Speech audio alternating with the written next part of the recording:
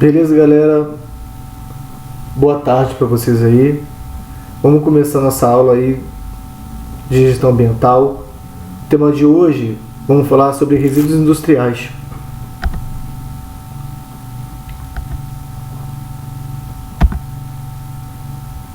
Então, qual o objetivo desse tema? Como o nome já fala, é definir o que é resíduos industriais, a classificação geral de resíduos, quanto à sua origem e a sua periculosidade, como é feito a gestão e o tratamento, o armazenamento, o transporte e a disposição do RSI. Então, como a gente fala, todos precisam entender sobre resíduos industriais, porque muitos vão trabalhar em indústrias, vão trabalhar em lugares que vão gerar resíduos industriais e todos são responsáveis pela sua produção, sua disposição. Não é só o setor de meio ambiente da empresa.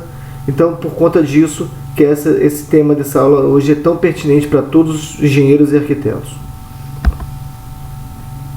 Algumas referências normativas aqui. A NBR 10.004, vamos utilizar muito ela. Resíduos sólidos, a classificação. A NBR 12235, armazenamento de resíduos sólidos perigosos. A NBR ISO 14004 de gestão ambiental. E algumas resoluções.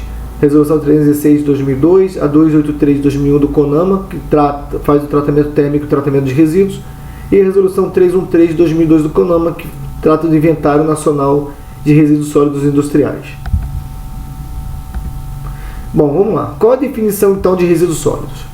Então, resíduos nos estados sólidos ou semissólidos que resultam das atividades de origem industrial, doméstica, hospitalar, comercial, agrícola, de serviço e de varrição. Então não é só industrial como muita gente pensa. Então ficam incluídos nessa definição os lodos provenientes de estação de sistemas de tratamento de água, aqueles gerados em equipamentos e instalações de controle de poluição. Como que funciona o fluxo de matéria e energia? Eu tenho a indústria consome ou absorve tecnologias, matérias-primas, energia, mão de obra. Ela faz o processamento desses insumos, desses recursos e entrega produtos, subprodutos e os resíduos. E esses resíduos têm que ser feito o tratamento, que é justamente nosso tema de hoje. Então, resíduos sólidos na indústria. Ela é da seguinte forma: eu tenho a indústria, eu tenho emissão de emissões aéreas, tenho efluentes, resíduos sólidos, produtos. Efluentes e resíduos sólidos estão ligados muito por conta de que efluentes acabam gerando lodo e outros itens que acabam sendo resíduos sólidos também. Esses resíduos sólidos podem ser perigosos, não inertes e inertes. Basicamente são essas três classificações aí que a gente vai aprofundar um pouco mais. Então, como que é o processo de classificação de resíduos? A classificação de resíduos ela envolve a identificação do processo ou da atividade que lhe deu origem e seus constituintes. E ainda, as características e a comparação desses constituintes com a lista de resíduos e substâncias cujo impacto à saúde e meio ambiente é conhecido. Então, a identificação dos constituintes a serem avaliados na caracterização do resíduo deve ser bem criteriosa, porque nele que vai definir se ele é perigoso, se não perigoso, se é inerte, se não é inerte. Então, pois bem, como que funciona então? A classificação do resíduo é classe 1, perigosos, e classe 2, os não perigosos, que se divide em classe 2A, inerte, classe 2B, não inerte.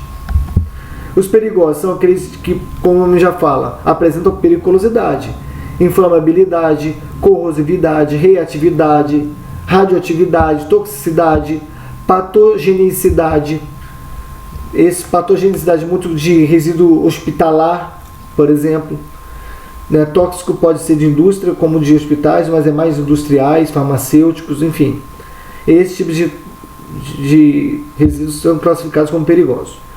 Os não perigosos, como o nome já fala também, a ausência de periculosidade.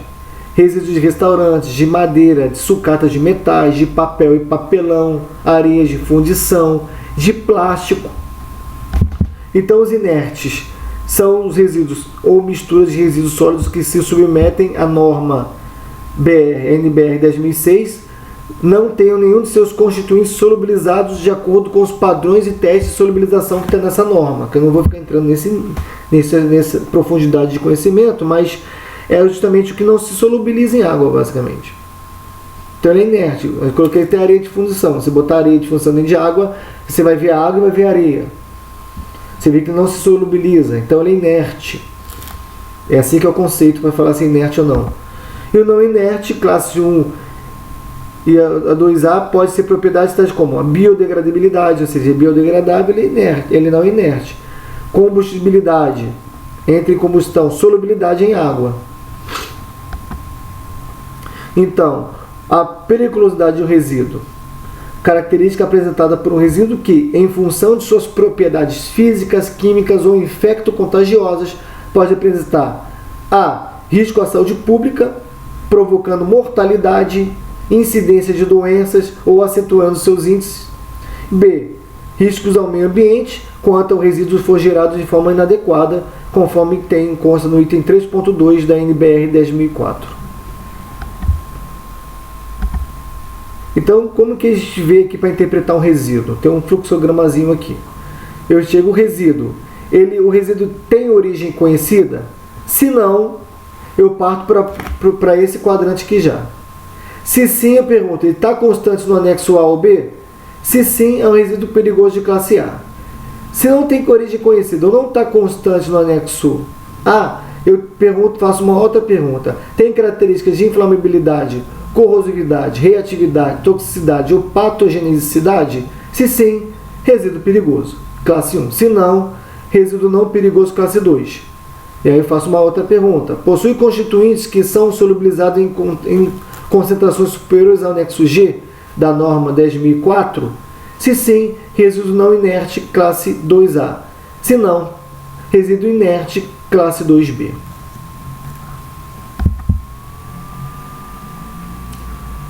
Alguns tipos de resíduos industriais aí. Tem as escórias, que são escórias em geral, cinzas de carvão, resíduos de incineração, os lodos provenientes das estações de tratamento de efluente e estações de tratamento de água, resíduos oleosos, óleos minerais, vegetais, animais, lubrificante, de limpeza de cortes, solventes, resíduos ácidos, ácido sulfúrico, ácido clorídrico, ácidos orgânicos, resíduos alcalinos, resíduos de sólido líquido, sabões metálicos, e outros líquidos de bateria, água de bateria, enfim. Plásticos, refúgios de resina sintética, fibras, né, enfim, demais sólidos, líquidos de alto peso molecular, polímeros, papéis, papel e papelão, artefatos de publicação, madeira, ripas, pó de serra, restos de poda, fibras, restos de algodão, lã, outros resíduos naturais não processados, resíduos relacionados a animais e plantas, restos de processamento de indústria alimentícia, farmacêutica ou de especiarias. Borracha, resíduos de borracha natural ou sintética, metais, resíduos de ferramentas de corte e de afiar, rebarbas de aço, enfim, até os não ferrosos, vidro e cerâmica, vidro, refratário, cerâmica, porcelana. Vamos falar um pouco do armazenamento agora dos resíduos. Então, segundo a definição da NBR 12235 do item 3.1, é a contenção temporária de resíduos em área de autorização pelo órgão de controle ambiental à espera de reciclagem, de recuperação ou de tratamento ou disposição final adequada. Algumas condições gerais. Então, o armazenamento de resíduos perigosos deve ser feito de modo a não alterar a sua quantidade ou sua qualidade do resíduo, porque dependendo das condições de temperatura, de pressão que você coloca, ele pode aumentar até, ou ele pode poluir ao ponto de aumentar porque poluiu, ou a sua qualidade pode mudar também, porque as características físico-químicas dele mudam com a temperatura, com o lugar que é armazenado, enfim. O acondicionamento dos resíduos perigosos como forma temporária de espera pode ser realizado em contêineres, em tambores, em tanques ou até a granel, dependendo do tipo de resíduo. Nenhum resíduo perigoso pode ser armazenado sem analisar suas propriedades.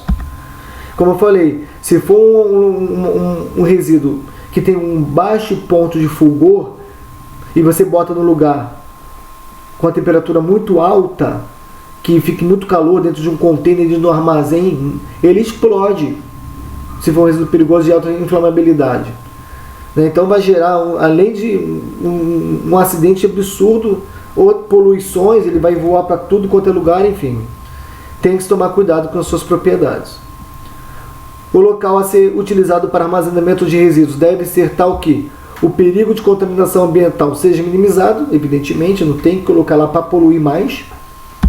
A aceitação da instalação pela população seja maximizada, porque você vê, em relação tanto ao item A quanto ao item B, muitas prefeituras utilizam terrenos sem nenhum tipo de tratamento, sem nenhum isolamento do solo, e muitas vezes perto de comunidades, de lugares muito povoados, para colocar o lixo temporariamente coletado da cidade até ir para um aterro secundário.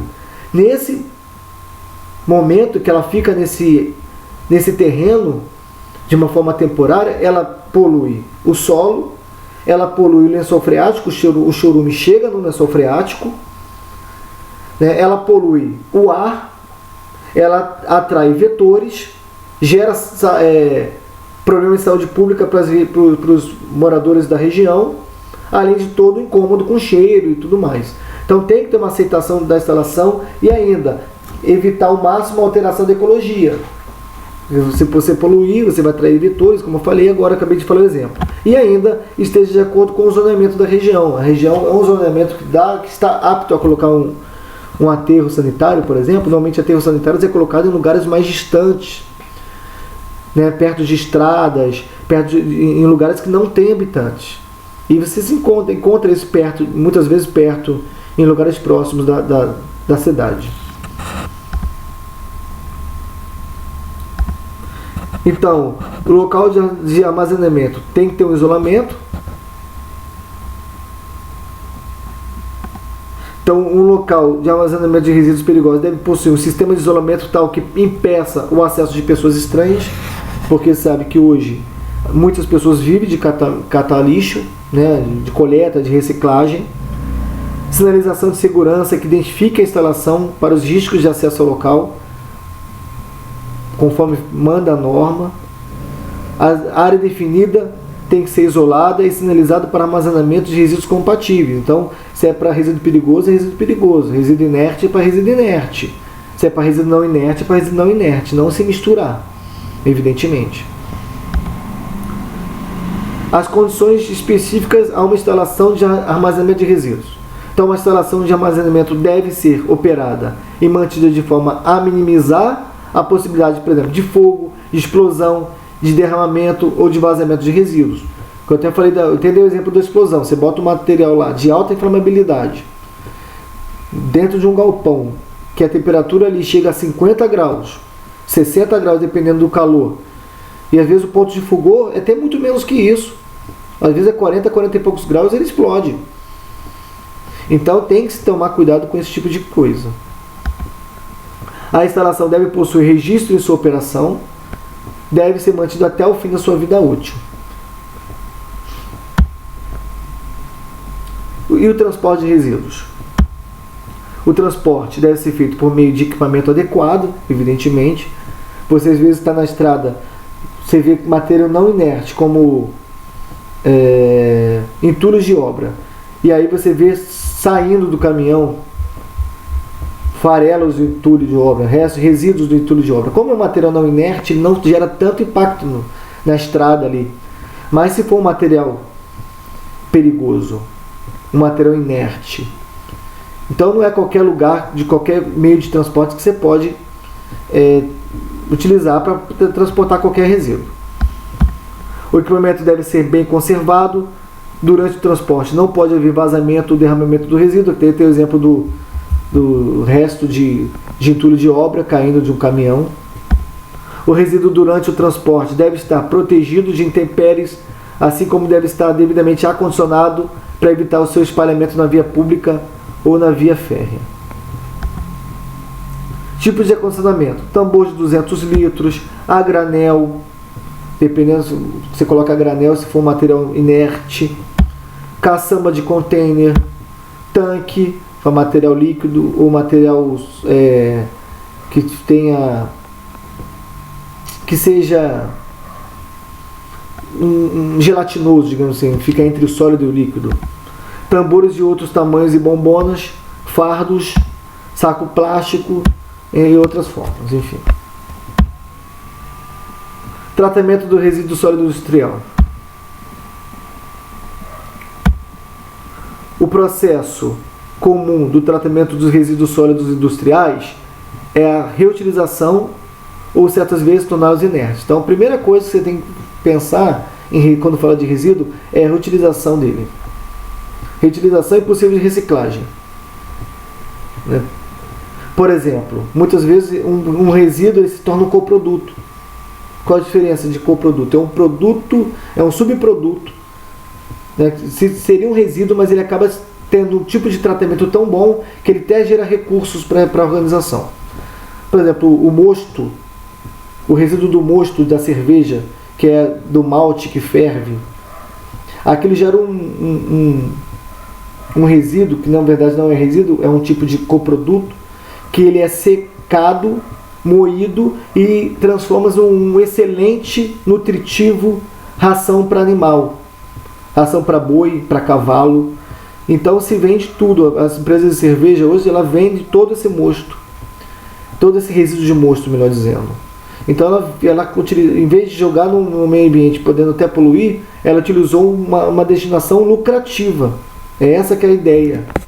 Muitas vezes é primeiro tentar reutilizar, reaproveitar, reciclar. Depois, se não tiver mais jeito, você vai descartar. Como que o resíduo sólido industrial é diverso, não existe um processo único estabelecido para o seu tratamento. Então você pode adotar o processo comum, como neutralização, secagem, o encapsulamento, a incorporação e o processo de destruição térmica. O processo de neutralização ele é utilizado para resíduos com características ácidas ou alcalinas. Então, se for ácido, você joga um material alcalino. Se é alcalino, você joga um material ácido. A secagem ou mescla é o processo de mistura de resíduos com alto teor de umidade com outros resíduos secos ou materiais inertes, para que se torne ele inerte também. O encapsulamento consiste em revestir os resíduos com uma camada de resina sintética impermeável de baixíssimo índice de lixiviação. Lixiviação é abrasão. A incorporação é onde os resíduos são agregados à massa de concreto ou cerâmica em uma quantidade tal que não prejudica o meio ambiente. E aí você faz com que ele fique inerte, porque a massa cerâmica ou concreto é um material inerte por si só. E o processo de destruição térmica é a incineração ou a pirólise. E a disposição final agora do RSI. Eu tenho o tipo final de disposição final, são os meios de disposição mais comuns utilizados para resíduos sólidos, que são o land farming, que é o tratamento biológico, no qual a parte orgânica do resíduo é decomposta. É feito muito isso em estações de tratamento de água também, né? Mas tudo bem que estamos falando de resíduos sólidos, não de resíduos líquidos, mas também se faz isso na estação de tratamento de água. Aterros industriais, barragem de rejeito usada para resíduos líquidos e pastosos com um teor de umidade acima de 80%, que é o caso da Vale, né? Aterro industrial classe 2, esse tipo de aterro só pode receber resíduos inerte e não inerte, uma vez que o projeto foi desenvolvido para esse tipo de resíduo. Você vê lá, isolando todo o solo, botando a tubulação aqui, porque vai gerar gás metano. Em alguns lugares que tem comunidade perto, esse gás metano ele vai direto para algumas casas e essas pessoas não precisam nem pagar gás, comprar gás, porque dá para abastecer várias famílias. Então ele viraria um resíduo que teria que ser incinerado, senão iria poluir a camada quebrar a camada de ozônio. Ele faz uma destinação ainda útil para famílias carentes. Aterro industrial classe 1 são regras mais rígidas, só pode receber resíduos perigosos. Seu projeto tem normas mais rígidas, prevê necessidade de sistemas de drenagem, né? E inclusive sistema de drenagem de gases. Esse aqui também, muitas vezes, dependendo do tipo de gás que vai sair, do tipo de resíduo que vai sair, não se pode utilizar para famílias fazerem o metano, porque não vai sair só metano aqui, né? E dependendo do tipo de gás, tem que ter um tratamento aqui também. Gestão disso, que é a nossa cereja do bolo, porque gestores, todos os engenheiros e arquitetos acabam sendo seus gestores de suas áreas, né? Definição: a forma de administrar, de avaliar, de planejar a atividade, visando a qualidade de vida, a preservação do meio ambiente e atendimento às normas ambientais. Então, a política ambiental da indústria.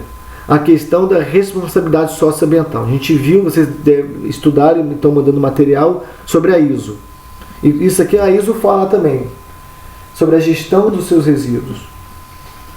Cada setor é responsável pelo seu resíduo. E cada empresa tem a sua responsabilidade socioambiental. E muitas empresas que querem receber o selo da ISO precisam ter isso aqui. E muitas empresas só conseguem exportar os seus produtos e botar ele no mercado internacional quando tem um selo de ISO, quando tem um selo verde. Então isso não é só importante em termos de meio ambiente, mas é importante economicamente falando. Promover a reciclagem ou reaproveitamento dos diversos resíduos dentro ou fora da empresa. Eu dei o exemplo lá do mosto, da cerveja. Trazer com sua implantação vantagens ambientais, econômicas e sociais. Então você acaba podendo ganhar dinheiro com o seu resíduo. Antes você poderia estar pagando para poder destinar. Você vai ganhar o dinheiro com isso. Atuar diretamente na melhoria da qualidade de vida e qualidade do meio ambiente. Prevenir a poluição, descarte inadequado, a exploração de recursos naturais visando a melhoria contínua dos processos, produtos e serviços. Lembrando, o descarte, quando você encontra, por exemplo, uma empresa para fazer incineração do seu resíduo, ou para fazer o aterro desse seu resíduo. Se essa empresa não estiver fazendo tudo conforme a norma regulamentadora e conforme a legislação, e estiver fazendo a poluição do meio ambiente, você também a sua empresa também vai ser multada. Não adianta você terceirizar o problema. Agora está na mão deles, eu estou pagando para eles incinerar, eu estou pagando para eles aterrar, eu estou pagando para eles encapsular, e agora é com eles o problema. Não é. Você tem que fiscalizar a empresa, verificar se ela está fazendo da forma correta, senão você vai ser multado. Os dois vão ser multados. Os dois vão ser responsabilizados civil e criminalmente. E crime ambiental, ele é bem rígido.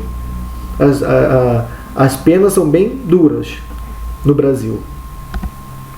Minimizar custos operacionais, evitar gastos com infrações e remediações. Está vendo lá? Infrações e remediações geram custos muito maiores. Então vamos lá. A gestão se divide no primeiro, no planejamento, levantamento dos resíduos gerados, identificação dos aspectos ambientais significativos, que são os aspectos, porque tem um impacto ambiental e aspecto ambiental. Já começando a falar aí, qual a diferença entre aspecto e impacto? Acho que eu já cheguei a falar disso nas outras aulas, né?